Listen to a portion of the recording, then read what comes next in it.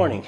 Welcome to Build Life. I did a video a little bit ago on using a tent stove in my little shed in my log yard, and it went over real well. Seemed like a lot of people were interested in it, so I've got another wood stove that I wanted to show you guys today. This one's a little different. This is the Mini-Me pellet stove by Flame Innovations, and we're here in our cabin in Kentucky. If you haven't watched the channel before, we build cabins on our 100 acres here, and they are for rentals. So I have a stove in one of the other cabins. It's a jodel, whatever you want to call it, a wood stove, and I've had some trouble with people putting things in the stove they shouldn't. You know, if we run out of nice seasoned hardwood for them to burn, people trek off into the woods and find some rotten, wet, green stuff and try to get it to light. I thought if I did a pellet stove, that would eliminate that possibility, that problem, although I wouldn't be surprised if it doesn't. So anyways, I've just got the thing a few months ago. We got it here in the cabin and we hooked it all up, but it was 98 degrees then, so it wasn't a great time to try it out. I'm gonna try it here for the first time in this cabin. It is now in the mid-20s, so it's a good day to give it a shot. In the past, I've always had a fire in stoves outside as a way to season them, to burn off the, paint, and they emit a lot of smoke. Maybe I should have done that with this, but I did not. It's my understanding the paint they use is a lot more cooperative with burning inside for the first time, but we'll find out. I'm not staying in this cabin right now. We're here finishing up some last details. I thought I'd make a quick video. If I fill the thing with smoke, we'll simply turn the exhaust fan on, open the door, and deal with it. So anyways, let's go ahead and get this thing started, and then we can talk a little more about the stove. So from what I've heard, these work best with hardwood pellets, and it says right in the directions there, don't get pellets where there are too many big pieces in the bag. It also seems like it's a good idea to not put more than you're gonna need, because there's no shutoff on this, so it will just continue to feed pellets. So if you fill this hopper all the way up, you better be ready to have a fire. And you better know what you're doing, which I don't. So anyways, we put some pellets in the hopper. I put about a scoopful in there, and I'm gonna close the lid. Got our little fan and our little thermometer so we can keep track of things. Nothing left to it but to do it. So you can see in there, this is what they call the pellet adapter, and it slides in from the top like that and sits in this hexagon, right? Hexagon of fire bricks, and that's where you're gonna light it. Kind of keeps this tube, the feeder tube, up off of the floor of the stove. That's where it burns. Really not rocket science. And this is a non-electric stove, which is what I liked a lot, because we will be doing some cabins that don't have electric. So it's a great heating option. So they say to use a torch, 20-30 seconds. You want to be sure they're fully ignited. They have great videos on their channel too. There we go. So then they say once they're lit, close the door. And we want to be sure we still got flames, which we do. That's awesome.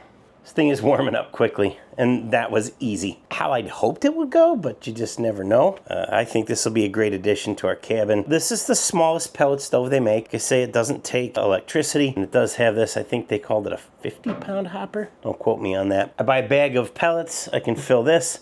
I don't know if I'll leave this full all the way, because I'm going to say, I saw at one point they had like a shutoff that would go in here, so maybe that's something we'd use in the future. I'll try and look this stuff up and put, links to it, but mostly today I want to be sure it works and it heats. They give you a couple little tools. This is for cleaning the stove out. There's not a lot to this. So working with Flame Innovations, when I first started into this stove, and I've actually got another one ordered as well, they were amazing to deal with. Cody is the one I dealt with. I think Dusty is the owner. They have their phone numbers on the website. You can literally call them, talk to them. They're great help. I bought all the pipe and everything from them, so it all came packaged in one box. It was pretty awesome. It's like the fan's starting to take off there.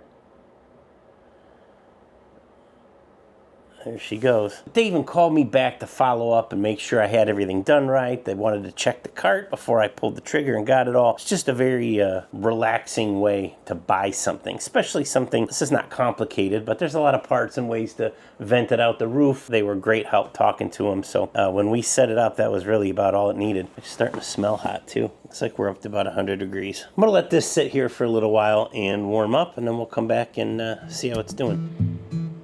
Well, it's a little smoky. Better turn the exhaust fan on. Oh, that can't be good for you. All right, I'm gonna get out of here for a little while.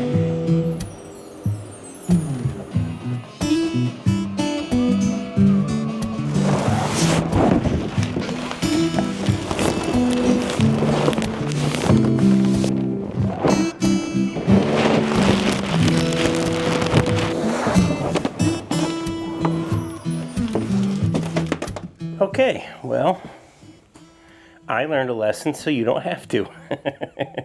It would be a good idea to burn this outside.